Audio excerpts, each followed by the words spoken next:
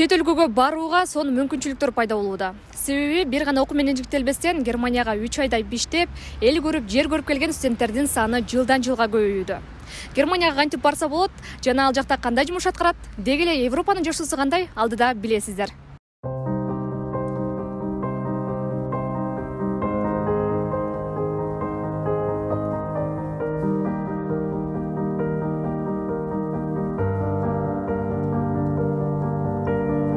Адина Алмазбекова Ош мамлекеттик университетинин 4-курстун студенти. Ал былтыр жайында өз үйүндө башка студенттер сымал кыска убакытка иштегени Германияга барып келди.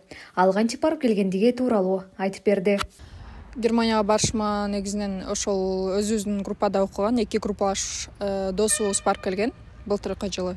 Анан ошолор барып келгенден кийин алардын саякаттарын көрүп, алардын таап келген кирешесин көрүп, мен дагы барып келейин деп чечкем. Анан былтыркы жылы ноябрь айында курска баргам. Ал жактан 8 ай окуп немец тилин, виза тапшырып, ушул жыл аркылуу кеткем. Ал эми студенттер үчүн жайга каникулда иштеп келүүгө арналган Ференжоу программасы менен барган студенттер отелдерде, кафелерде, тест татымдарда, фабрика, заводдордо жумушка орношот.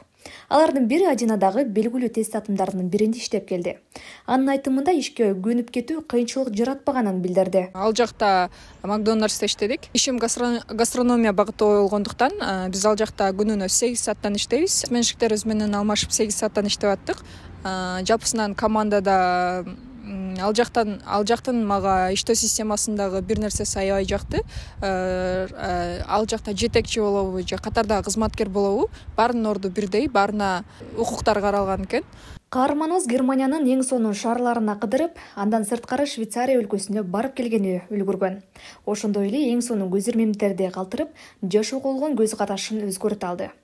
Алдыда кайра кетүүнү пландап жатканы менен бөлүштү.